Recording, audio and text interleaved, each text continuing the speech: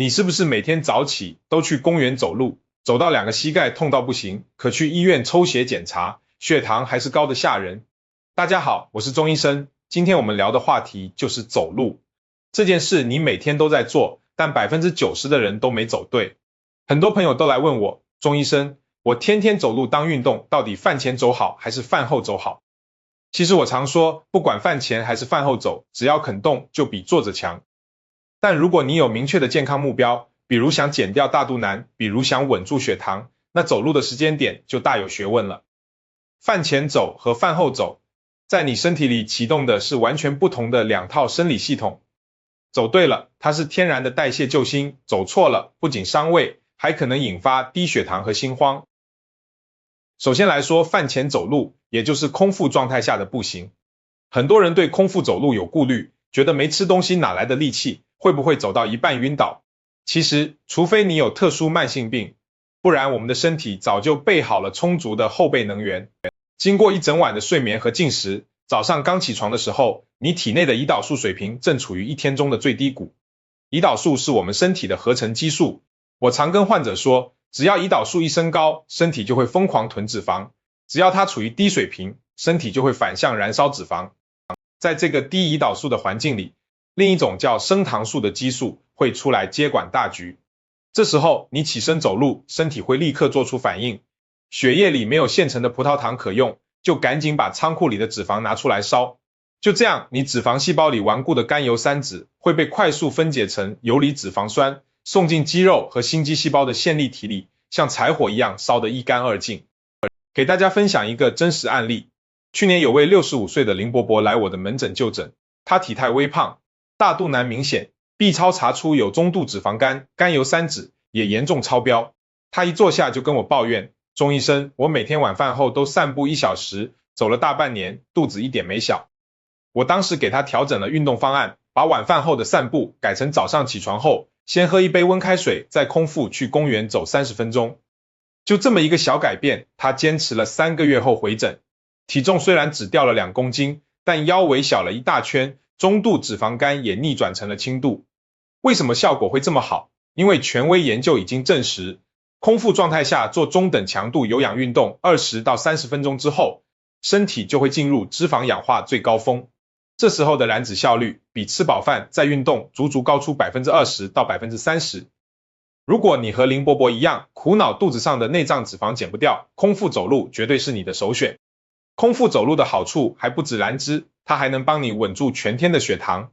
我们的肌肉里会储存一种叫肌糖原的物质，你可以把它想象成肌肉的随身小冰箱。空腹走路会消耗冰箱里的存货，等于把身体的能量仓库腾空。等你走完路吃早餐，血糖升高的时候，身体会立刻反应，肌肉的小冰箱空了，赶紧把糖分补进去。这样一来，你的胰岛素敏感性会大幅提升，餐后血糖就不会飙得太高。此外，还有很多朋友有这种感受，早上空腹走完路，虽然流了点微汗，但大脑却特别清醒，思维也变得格外敏捷。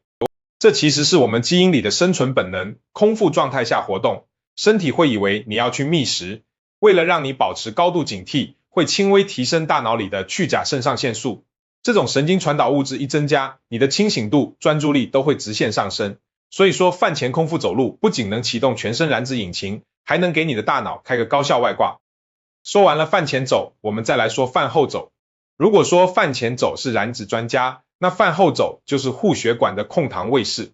大家可以想一想，我们吃饱饭之后，尤其是吃了大碗白米饭、面条或是面包、糕点，大量碳水会被分解成葡萄糖涌进你的血液里，你的血糖曲线会像坐过山车一样快速飙升。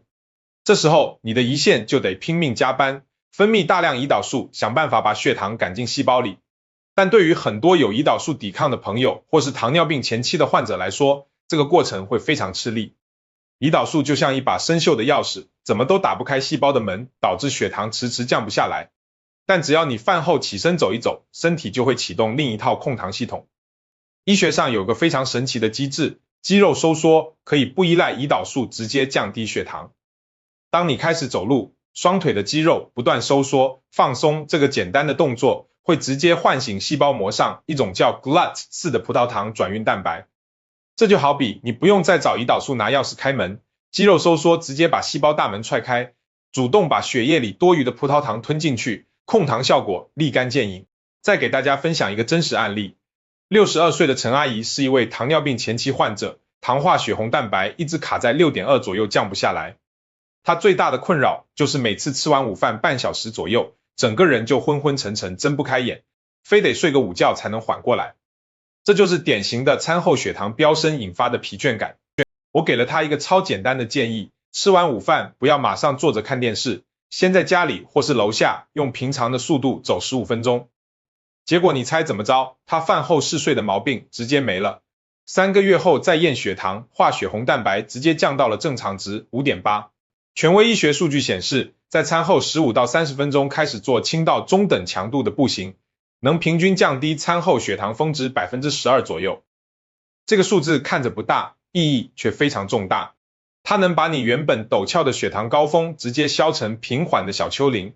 为什么这一点这么重要？因为血糖剧烈波动的时候，高浓度的糖分就像血液里的碎玻璃，会不断刮伤你的血管内皮细胞，引发超强的氧化压力。这就好比铁管子泡在糖水里会加速生锈腐蚀，长期下来就会导致动脉硬化。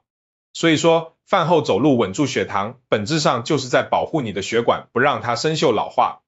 从根源守护你的心血管健康。除此之外，饭后散散步这种轻度的身体活动，还能温和刺激肠道蠕动，促进胃酸和消化酶的分泌，让胃部的食物更顺利的进入小肠。这对于大家常遇到的饭后胀气、便秘都有非常好的缓解效果。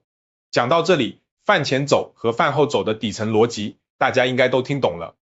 但说实话，网上关于走路的谣言实在太多，我在门诊里几乎每天都能听到很多朋友被这些迷思吓得不敢动。今天我就在这里一次性给大家破解清楚，以后再也不用被谣言骗了。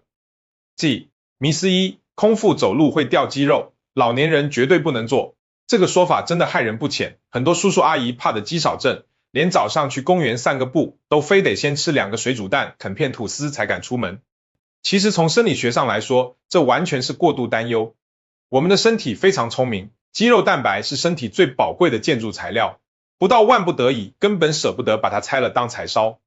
只有当你在完全空腹的状态下，做了超过60到90分钟的高强度剧烈运动，把体内的糖原彻底耗光了，身体才会逼不得已分解肌肉来供能。但如果你只是做30到45分钟的中等强度空腹步行，主要消耗的只有脂肪和少量糖原，根本碰不到肌肉。所以只要把时间控制好，完全不用恐慌。迷思2，饭后必须静坐半小时，不然会胃下垂。这句话我们从小听到大，几乎每个长辈都这么说。但实话告诉大家，饭后走路会导致胃下垂，在现代医学上完全没有可靠的科学依据。胃下垂的发生通常和个人体型过瘦、腹壁肌肉力量薄弱有关，跟饭后散散步根本没关系。相反地，我们刚才也提到过，饭后轻度走路反而能帮助胃肠蠕动和食物排空。我们真正要避免的是饭后立刻做跑步、跳绳、打网球这类高强度剧烈运动，因为一旦运动太剧烈，身体为了满足肌肉的需求，会把大量血液从消化器官抽调到四肢，胃肠道突然失去血液供应，自然就会罢工，导致消化不良甚至严重的胃痉挛。但如果只是轻轻松松的散步，这种血液分配的冲突几乎可以忽略不计，根本不用担心。迷思3，反正走的步数一样，饭前饭后走减肥效果都一样。这句话真的是只看表面不看本质，如果单纯看热量消耗的总卡路里，确实差不了多少。但体重管理的核心从来都不只是卡路里的加减法，更是体内激素环境的重塑。不同时间点走路，你给身体下达的代谢指令是完全不一样的。如果你的目标是减脂瘦肚子，那饭前走的第一导数环境就是你的最佳选择。如果你的目标是稳血糖护血管，那饭后走的肌肉控糖通道效果就是立竿见影。我们要做的是针对自己的身体痛点精准打击，而不是盲目的累积步数。注意，这些人群千万别走错。虽然说走路是全人类门槛最低最安全的运动，但作为一名职业医生，我必须郑重提醒大家，世界上没有任何一种健康方法适合所有人。饭前走和饭后走都有绝对不能碰的禁忌红线，这些内容大家一定要记清楚，千万别拿自己的身体开玩笑。饭前空腹走的绝对禁忌人群：第一类，本身有低血糖倾向的人，或是正在吃降糖药、打胰岛素的糖友。这类朋友如果想晨练走路，出门前务必吃半片吐司，或是喝半杯牛奶垫垫底，绝对不能完全空腹。第二类，胃溃疡、严重胃食管反流的患者，